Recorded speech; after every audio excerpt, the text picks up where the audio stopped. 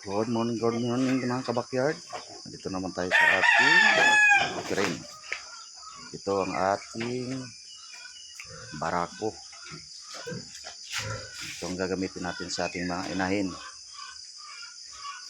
Sa ngayon ay mga buntis na ang ating inahin. Ito, saka ito.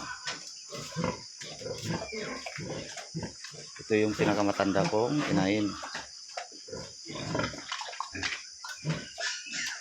At nililipat sila dito pag sila'y malapit ang mga anak. Ito ngayong buwan na to mga anak.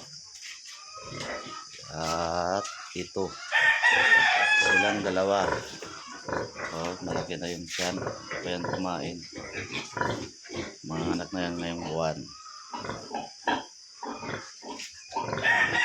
Ito naman yung ating mga patining.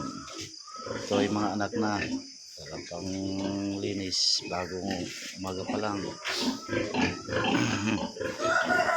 Patining natin.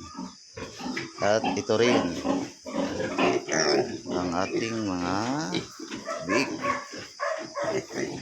masisigla dahil gupong wala pa rasyon. At ito yung kanilang inahin.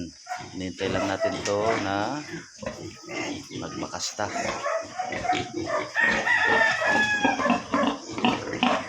Ito happy farming mga kabakyard.